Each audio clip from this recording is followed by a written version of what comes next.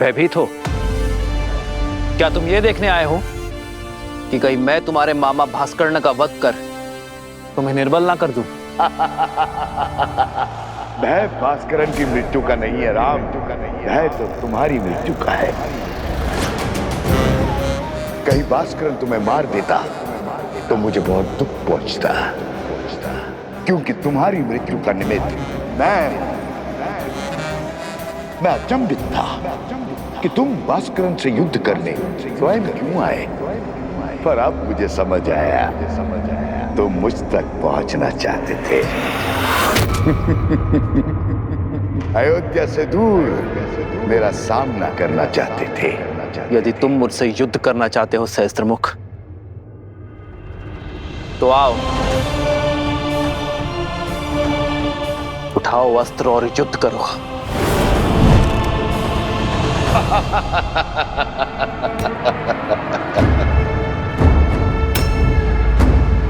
मेरे शस्त्र सदा मेरे साथ रहते हैं राम। मेरा मुख मेरा धनुष है, जो सहस्त्र दिशाओं में है। शब्द मेरे बाण हैं, जो व्यक्ति के मन को चीर देते हैं। असत्य मेरी खड़क है, जो सत्य के प्रति प्रमाण को काट देती है। संदेह मेरा चक्र है, जो विवेक को व्यूह में फंसा देता है। अविश्वास मेरा भाला, जो धर्म की छाती चीर दे। बोलो राम, है इतने शस्त्रों से सामना करने की क्षमता? है मुझे मार्ग से हटाने की शक्ति? है मेरा वध करने का सामर्थ्य? यही भ्रम तुम्हारे भाई रावण को भी था। जानता हूं राम, जानता हूं तुम महान योद्धा हो, पर मैं दशानन रावण की तरह मूर्ख नहीं हूं, जो जानता था कि बाहुबल में तुमसे जीतना असंभव है। तुम्हारे साथ इंद्र है, फिर भी युद्ध भूमि में तुम्हारे सामने खड़ा हो गया। जो युद्ध बुद्धि से जीतना था, उसे बल से जीतने की हट कर बैठा। प्रचंड घने वृक्ष सरलता से कट जाते हैं राम, पर मैं सारे जगत में उगने वाली घास हूं, जो दिखती तो निर्बल है पर होती अनंत है।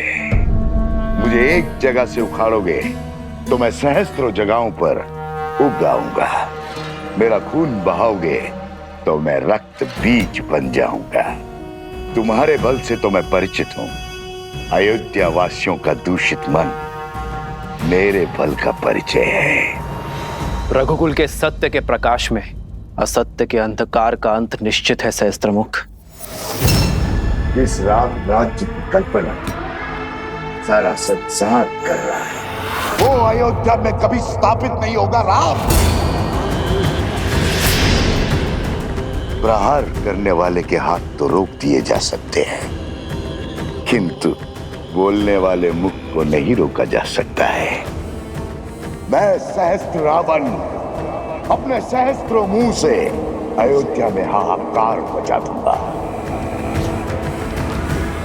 तुम्हारे मंत्रियों और अधिकारियों में लोभ और लालच भर दूंगा। प्रजा के मन में अविश्वास और संघर्ष का बीज बो दूंगा। परिवार को ईर्ष्या और द्वेष दे दूंगा। राज्य में विद्रोह उत्पन्न करूंगा। धर्म की धरा पर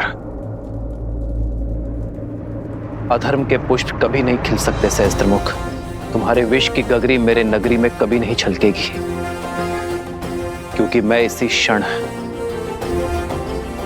इसी स्थान पर तुम्हें बांध दूंगा।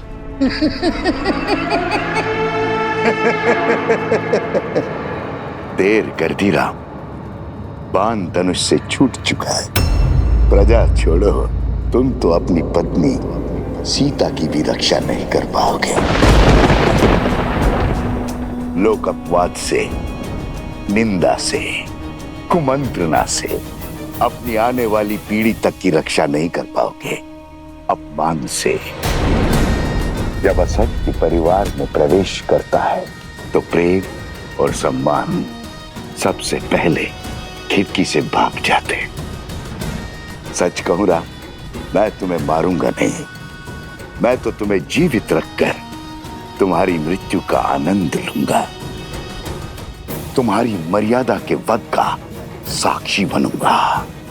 जब पूरा विश्व एक सुर एक राग में बोलेगा कि राम की सीता दूषित है, अपवित्र है, चरित्रहीन है।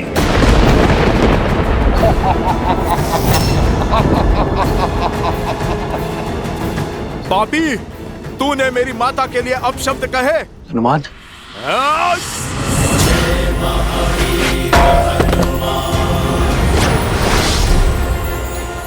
बहुत हुआ तेरा छल, अब तू देखेगा सीता माता के पुत्र का बल। तेरा इसी क्षण अंत कर दूंगा मैं, तेरे लोक अपराध का, तेरे भ्रम और तेरे असत्य का। या तो तुम महाबोले हो या महामूर्ख हो वानर। इतना भी नहीं जानते, असत्य को जितनी ऊंचाई दोगे वो उतना ही बलवान होता है, उतना ही शीघ्रता से फैलता है स्वयं। राघव की पत्नी दूषित है, दूषित है, दूषित है। राघव की पत्नी दूषित है, दूषित है, दूषित है।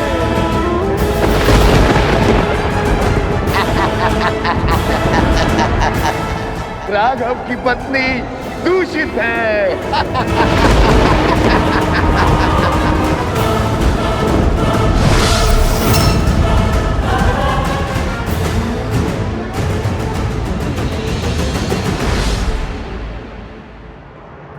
सीते,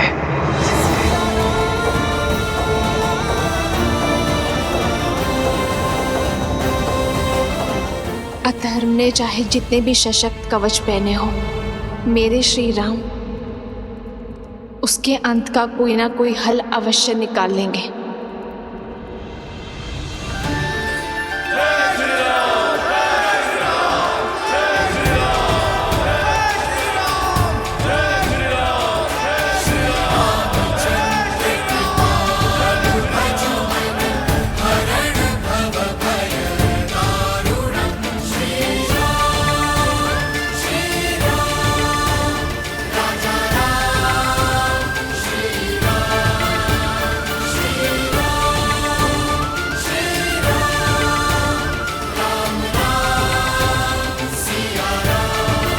सामर्थ्य की जय जयकार होती है क्या भैया? हाँ, अन्यथा जो हुआ है उसके बाद राम सिया के जय जयकार के योग्य है क्या?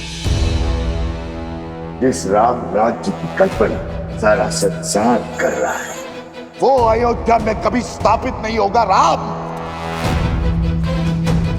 तुम्हारे मंत्रियों और अधिकारियों में लोभ और लालच भर दूंगा, परिवार को ईर्ष्या और द्वेष दे दूंगा, राज्य में विद्रोह उत्पन्न करूंगा।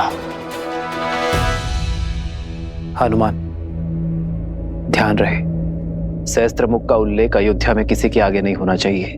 पर प्रभु, प्रजा को सावधान करने की आवश्यकता है। जानता हूं हनुमान, किंतु युद्ध में विजय के पश्चात प्रजा और सेना केवल उत्सव की कामना करते हैं, अवसाद की नहीं।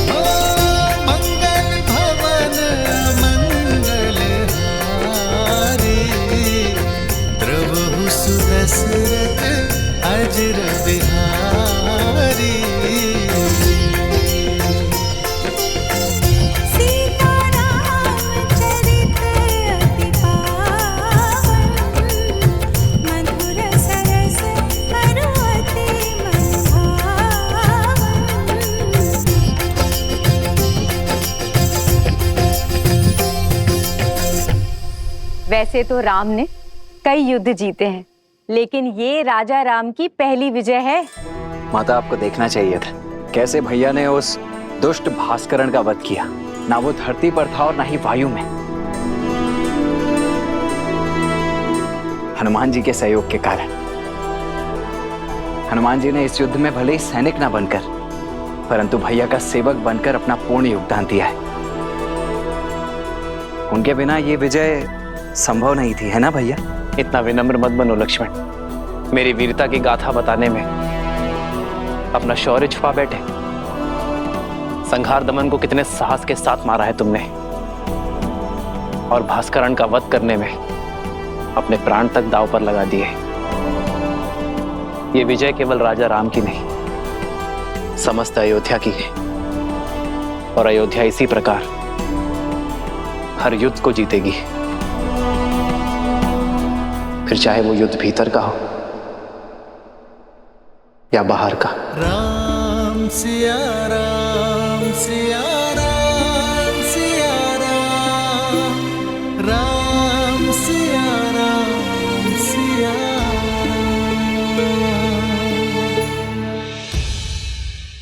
उचित समय पर आए हो पुत्र।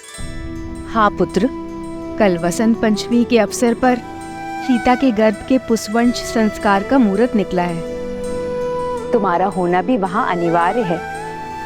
अब तुम आ गए हो तो सारी पूजा विधि विधान पूर्ण हो जाएगी। अवश्य मां।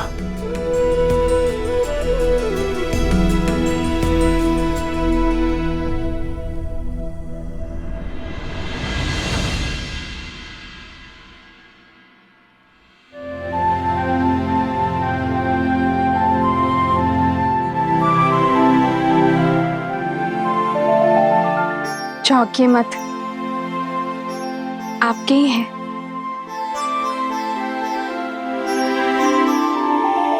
कौशल्या माता ने दिए।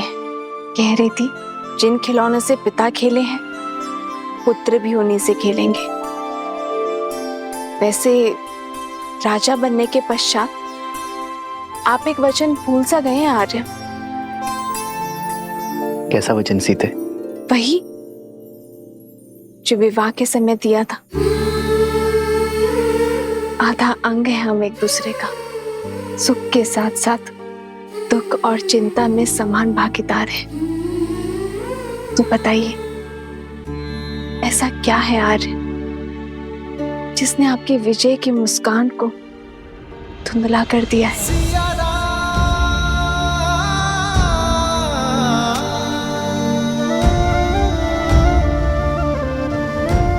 कैसे बताऊं सीते? समय और नियति बहुत बड़ी परीक्षा लेने वाले हैं। आने वाला कल बहुत बड़ी कसौटी है। तो अच्छा है ना आर्य, कसौटी तो स्वर्ण को ही परखती है। आप उस असुरी माया को लेकर चिंतित है ना आर्य? गुरु वशिष्ठ ने बताया मुझे कि किसी असुरी माया की छाया है हमारे राज्य पर, जो प्रजा की सोच और विचारों को दूषित कर रहा है। राम की सीता दूषित है, अपवित्र है, चरित्रहीन है। सोच की शक्ति समझती हूं मैं आर्य। एक बुरा विचार सभी अच्छे विचारों को दुर्बल कर सकता है। यही सत्य आपको व्याकुल कर रहा है ना? गुरुवर ने यह भी बताया कि इस सोच को शास्त्र से नहीं, संस्कार से हराया जा सकता है।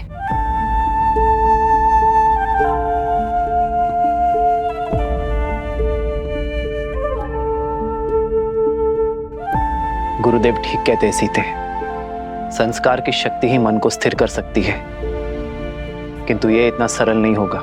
जैसे पके हुए घड़े पर माटी नहीं चढ़ाई जा सकती, वैसे ही एक व्यक्ति के युवा हो जाने पर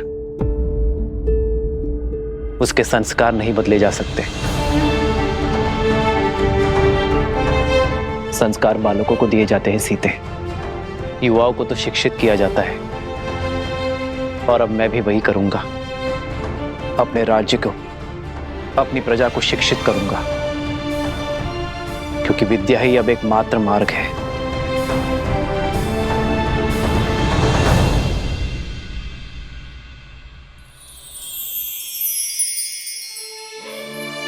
मुझे पूरा विश्वास है आप पर आर्य।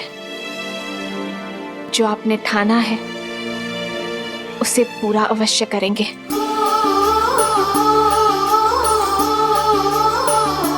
तुम्हारे साथ के बिना ये सब संभव नहीं है सीते। तुम्हारा मुझ पर अटूट विश्वास ही मेरी शक्ति है। जन्म जन्म का है ये संगम, राम रतन सीता वैभव धन। अर्धांगिनी हूं आपकी, सदा आपके पास।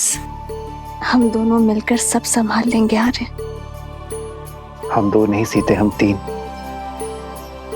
हमारे प्रेम और संस्कार का संगम है ना हमारे साथ। राम सिया राम सिया राम सिया राम, राम सिया राम सिया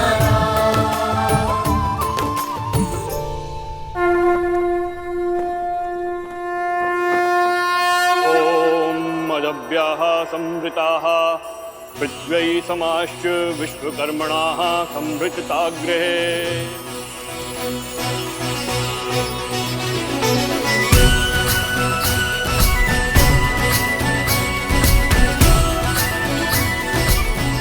पुत्री, ये किलोई भस्म है। इसे अपने दाहिने हाथों से अपने नाक के ऊपर लगाओ और श्वास के साथ भीतर लो। किलो की ये गंध तुम्हें और तुम्हारी संतान को स्वस्थ रखेगा। मंगल भवन मंगल हारी, द्रवहु सुदशरथ अजर बिहारी। राम सिया राम सिया राम जय जय राम। गर्भ धारण के बाद यह औषधि अमृत के समान होती है राम। जिस प्रकार सूर्य की किरण पृथ्वी को जीवन देती हैं, उसी प्रकार यह औषधि गर्भास्थ शिशु को पोषण देती है। शरीर के साथ साथ आत्मा को भी शक्ति प्रदान करती है। माता शिशु का आधार होती है। शिशु के प्रति अपने दायित्व को लेकर सदा सज्ज रहती है। किंतु शिशु और समाज के कल्याण के लिए माता पिता के साथ साथ परिवार के जनों को भी यह आश्वासन देना होगा कि वो गर्भ में पल रहे शिशु को सभी समाज की कुरीतियों से बचाएंगे और उसके विकास के लिए सदैव सहायक रहेंगे।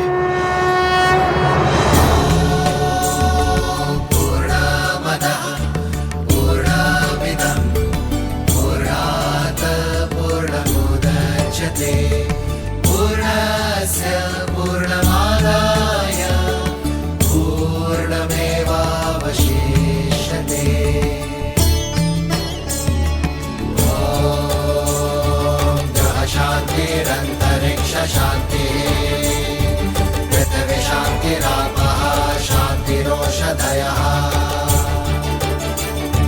शांतिरेव शांतिः साम शांतिरेधि।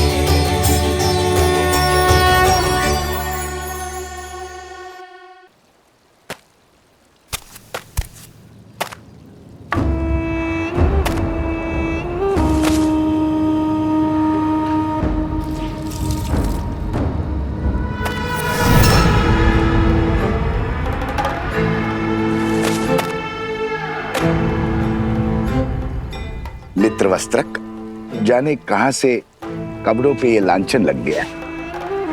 ये स्वच्छ हो जाएगा। ये तो शिव मंदिर की पिछली वाली दीवार में लगी गाय का धब्बा है। मंदिर के ऊपर जामुन का पेड़ है, उसी का रस, दियों का तेल, दीपक का काजल, सभी का मिश्रण है ये धब्बा। छूटना थोड़ा कठिन है, पर चिंता ना करो, ये धब्बा छूट जाएगा। अद्भुत, झट से पहचान लिया। गहरा अनुभव लगता है। काली को पहचान कर उसे साफ करना, ये तो वस्त्रक का कर्म है। सारी नगरी के मलिन वस्त्र यहीं आते हैं। बड़े से बड़े धनवानों के वस्त्रों के दागों को देखकर पहचान जाता हूँ कि कौन कहां से लांछन लेकर आया है। इतना गहरा अनुभव उचित है, उचित है। फिर तो ये भी जान जाते होंगे कि लांछन व्यक्ति पे लगा है या वस्त्र पे। अब हमारी सीमा तो वस्त्रों तक ही सीमित है। हम वस्त्रों के लांछन को ही पहचानते हैं और बस, और उन्हीं को ही धोते हैं। उचित कहा मित्र। वस्त्र पे लगा लांछन तो धुल सकता है, किंतु व्यक्ति पे लगा लांछन कभी नहीं धुलता, और विशेषतर व्यक्ति यदि नारी।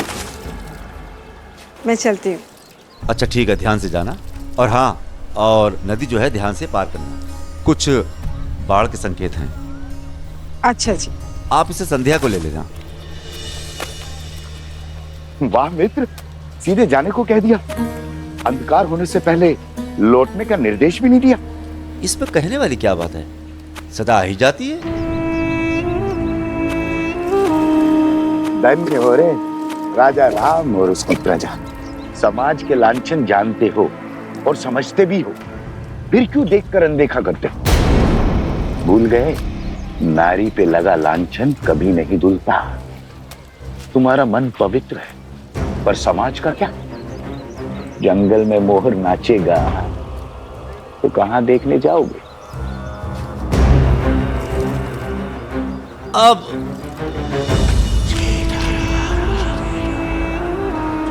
अरे ऐसा है, दिन ढलने से पहले आ जाए।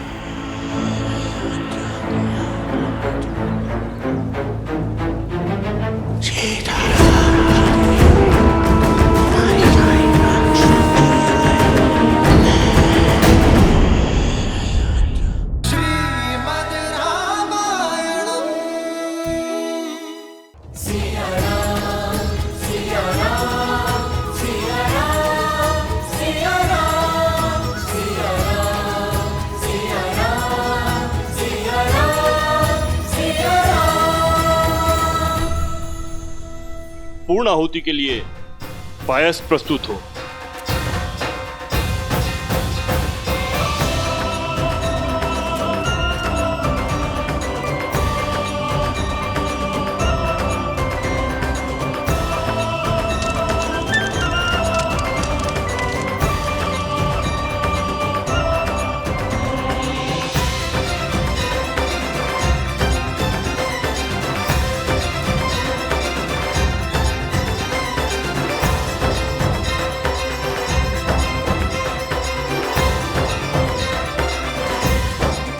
शिशु दीर्घायु और स्वस्थ हो, इस कामना के साथ प्रसाद ग्रहण करें देवी।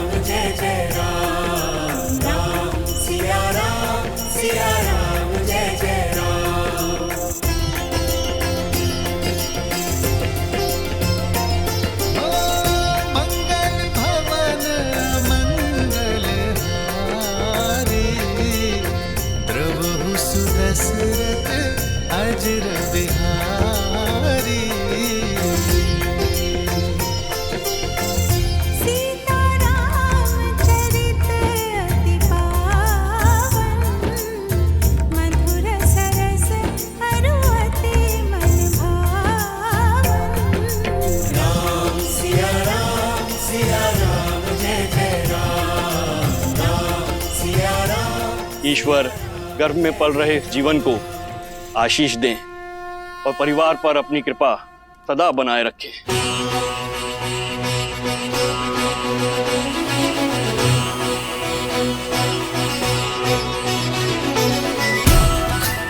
ये संतान राम राज्य में सुख और समृद्धि लाएगी। समृद्धि नहीं, समापन होगा। भूचाल लाऊंगा मैं राम राज्य में। भूचाल जिस तरह को वज्र का प्रहार भी तोड़ नहीं पाया, उसमें ज्वालामुखी का विस्फोट लाने की शक्ति है शब्द में। राई के दाने से भी छोटा होता है वट वृक्ष का बीज, पर चट्टान फोड़कर बाहर आ जाता है। सबके वस्त्रों को धोने वाले इस वस्त्र के मन में मैंने जो कलुषित धब्बा छोड़ा है वो धीरे धीरे फैलकर पूरे राम राज्य पर ग्रहण लगा देगा। राम राज्य।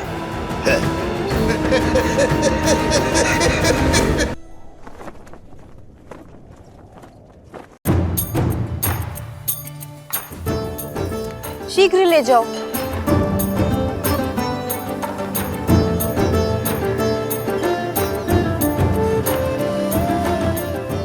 तनिक देर और पकाओ साग को।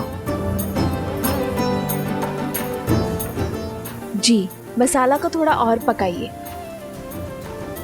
किष्किंधा में तो क्या, संसार के किसी भी कोने में ऐसा भोजन नहीं खाया होगा इस वानर सेना ने, जो आज राजा राम की रसोई का और सीता के हाथों का बना महाभोज खा के तृप्त हो जाएंगे सारे। तनिक धीरे बोलिए माताश्री, कहीं हनुमान जी ने सुन लिया तो अपने नगर लौटने का विचार ही ना बदल दें।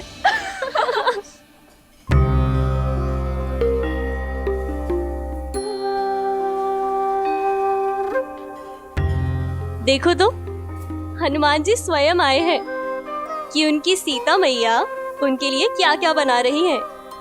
आए नहीं है दीदी, भोजन की सुगंध उन्हें यहाँ खींच कर लाई है। क्यों हनुमान जी? क्यों सता रही हो? आइए हनुमान जी, देखिए सीता ने अपना वचन निभाने के लिए आपकी और आपकी वानर सेना को तृप्त करने के लिए महाभोज में क्या कुछ नहीं बनाया। प्रतीक्षा की घड़ी समाप्त हुई पुत्र, शीघ्र जाओ और अपनी वानर साथियों को भोजन का निमंत्रण दो। केवल वानर सेना ही नहीं, आज तो भाभी माँ के हाथ का भोजन हमारी प्रजा भी खाएगी। भैया ने नगरवासियों को भी इस प्रीति भोज के लिए आमंत्रित करने को कहा है।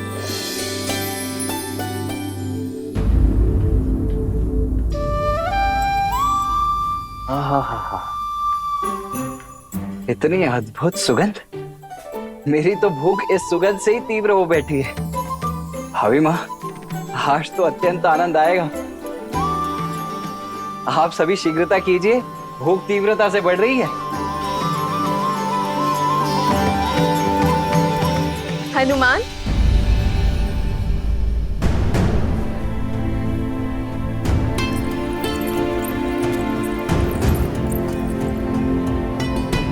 पुत्र, माता से मन की व्यथा छुपा रहे हो? क्या हुआ? क्या तुम प्रसन्न नहीं? इतने व्याकुल क्यों दिख रहे हो? राम की सीता दूषित है, अपवित्र है, चरित्रहीन है। राघव की पत्नी दूषित है, दूषित है, दूषित है, दूषित है। माता, वो मैं वानर हूं ना, नरों से थोड़े भिन्न भिन्न भाव आते हैं मुख पर। ये व्याकुलता आपके हाथों से बने भोग को शीघ्र खाने की है। माता, मैं बहुत कठिनाई से अपने तन और मन को रोक पा रहा हूँ। माता, मैं सबको सूचित करता हूँ, सभी वानर बहुत उतावले हैं। आज ये अयोध्या भी जानेगी कि मेरी माता अपने वचन से कभी नहीं मुकरती।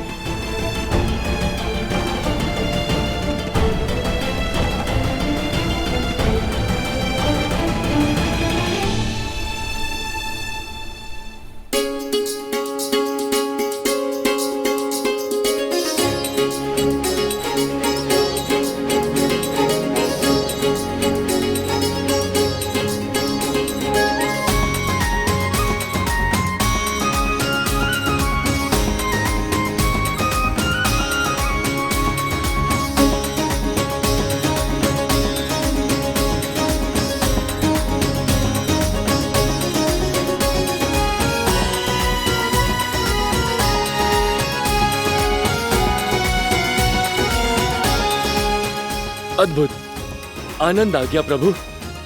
जय सिया माता की। लगता है माता सीता ने नहीं, स्वयं मां अन्नपूर्णा ने भोग बनाया है।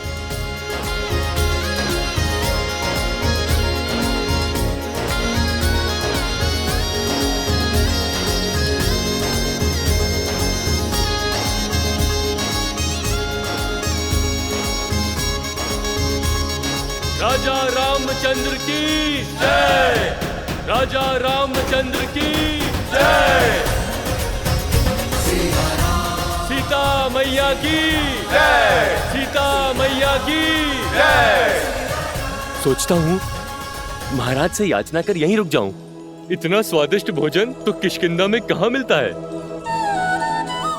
सत्य वचन, पेट भर गया किंतु मन है कि बढ़ता ही नहीं। और खाओ, अभी भोजन समाप्त कहाँ हुआ है। देखो हनुमान जी अभी भी जीम रहे हैं। ब्रह्मानंद मगन कपि सबके प्रभु पद प्रीति, जात न जाने दिवस तिन्ह गए घटिका शत बीती।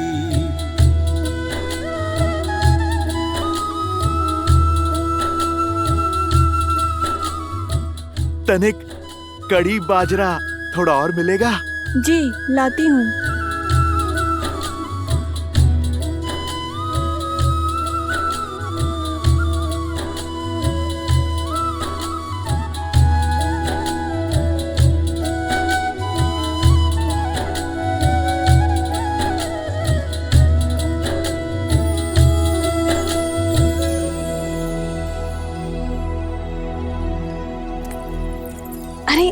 खड़े क्यों? जाओ कड़ी बाजरा लेकर जाओ। महारानी, सारा भोजन समाप्त हो गया है। हम अभी बनाने जा रहे हैं, किंतु तनिक समय लगेगा। हम शीघ्र ही बनाते हैं।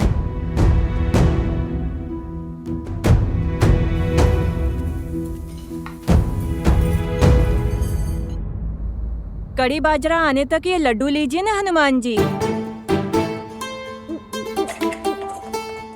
लड्डू नहीं, वो जलेबी थी ना, वो बहुत स्वादिष्ट थी। और मिल सकती है? जी।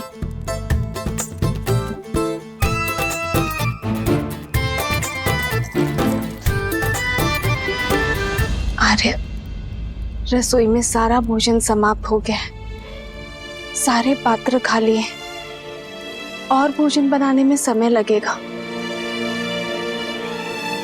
पर पुत्र हनुमान की भूख रुकती ही नहीं। आपने वनवास में इन भोले वानरों को भूखा रखा था ना।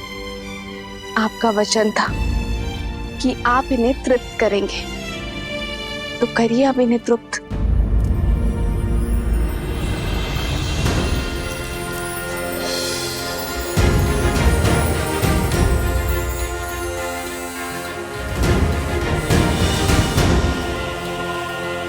एक जलेबी? माता, इससे क्या होगा? आप कृपा करके 2 थाल और ले आइए। जी। जय जय महाबली हनुमान। चिंता ना करो सीते, मेरे हनुमान को तृप्ति अवश्य मिलेगी। आओ सीते।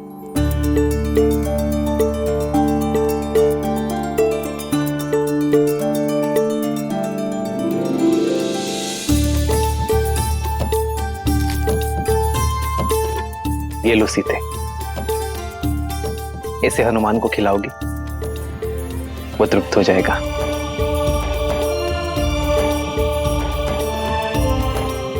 सच में? विश्वास करो।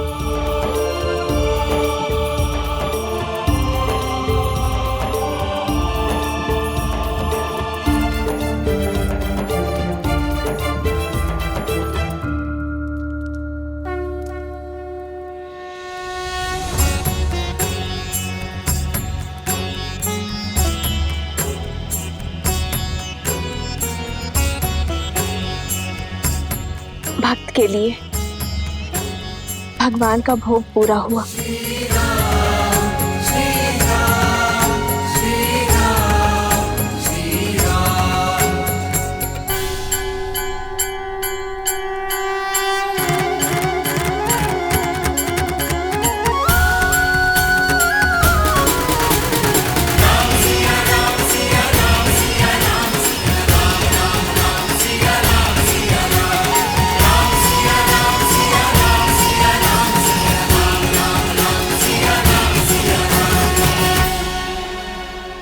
हनुमान, ये लड्डू खाओ।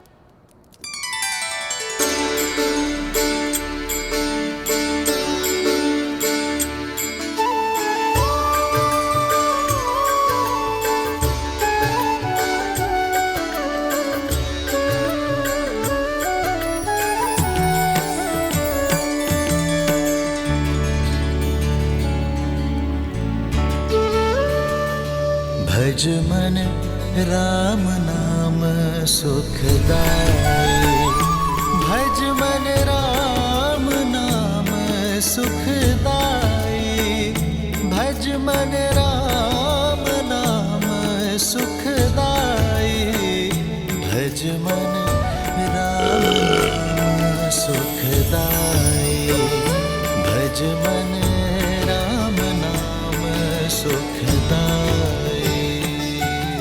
सच माता, आप तो साक्षात अन्नपूर्णा माँ हैं।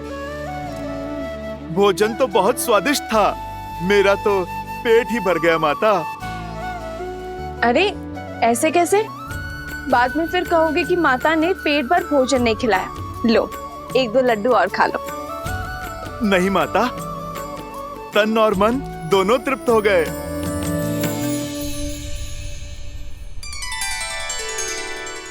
प्रभु, आपने तो तुलसी पत्र को शस्त्र बना दिया।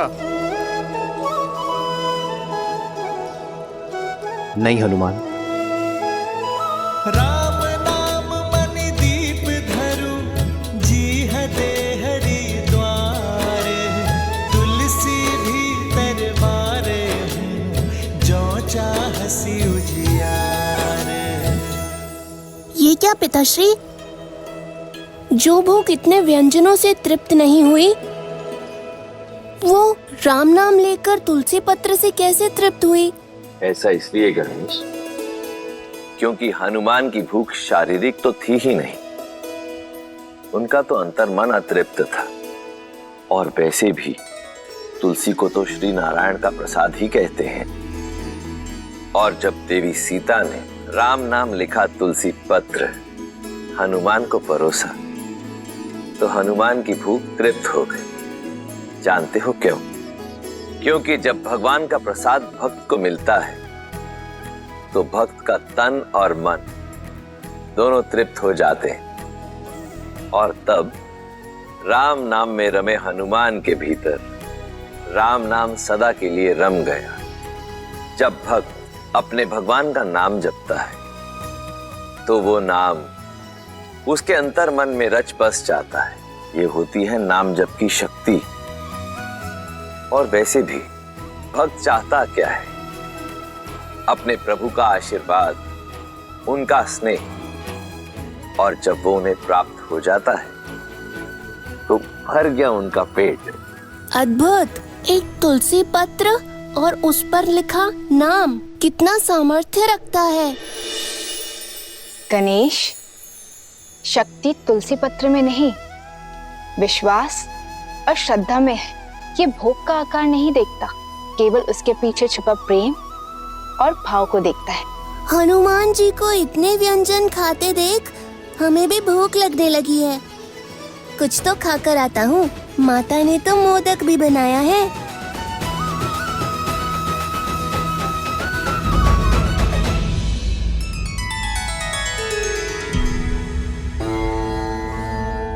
गणेश को प्रसाद की शक्ति समझा दी, किंतु उस शब्द शक्ति का क्या, जो शूल बनकर अयोध्या पर बरसने वाली है। शब्द वो शस्त्र है देवी, जो या तो तार दे या मार दे।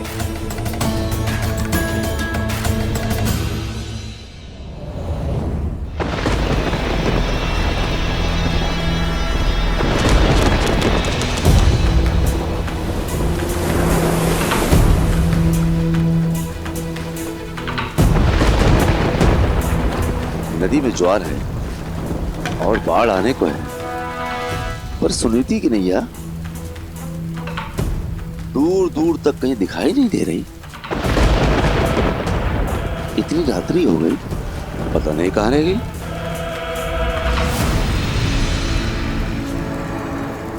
मिला, मेरी कुटिलता के बीज को सींचने के लिए जल मिला।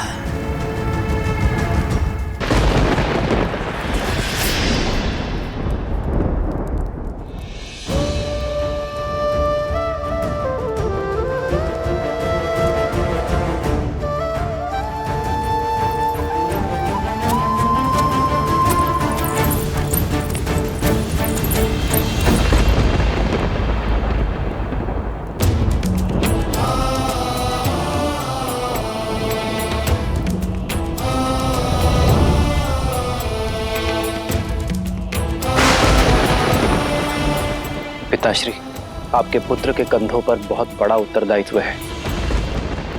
हमारे पूर्वजों ने जिस महान राज्य की स्थापना की है, मैं उस पर कोई आँच नहीं आने दूंगा, चाहे उसके लिए मुझे कोई भी निर्णय क्यों ना लेना पड़े, कितना भी बड़ा बलिदान क्यों ना देना पड़े, मैं पीछे नहीं हटूंगा पिताश्री।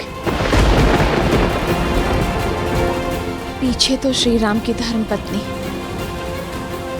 और आपकी पुत्र वधु भी नहीं हटेगी पिताश्री। मैं प्रजा के विश्वास को राजा राम और राम राज्य पर से नहीं टिकने दूंगी। मैं रघुकुल के आदर्श को धूमिल नहीं होने दूंगी। मिट्टी में मिल जाएगा रघुकुल का हर आदर्श, टूट जाएगा रघुवंश के ऊपर से लोगों का विश्वास, और आरंभ तुमसे होगा वस्त्र। लोगों के मैले वस्त्र धोते हो ना, अपने मन में लगा हुआ मैल नहीं धो पाओगे। अपनी पत्नी पर बहुत विश्वास था ना तुम्हें, अब देखते हैं तुम्हारे विश्वास में अधिक बल है या उस संदेह में जो मैंने तुम्हारे मन में पिरोया है।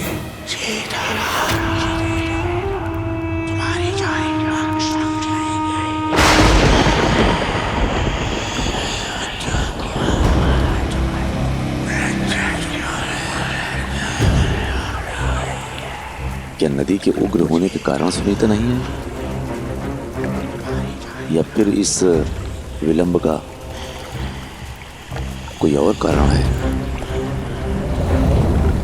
समाज के लांछन जानते हो और समझते भी हो, फिर क्यों देखकर अनदेखा करते हो? नारी पे लगा लांछन कभी नहीं धुलता। तुम्हारा मन पवित्र है, पर समाज का क्या? जंगल में मोर नाचेगा तो कहां देखने जाओगे? संदेह वो चिंगारी है जो एक बार अग्नि बन जाए तो विश्वास को भस्म कर देती है।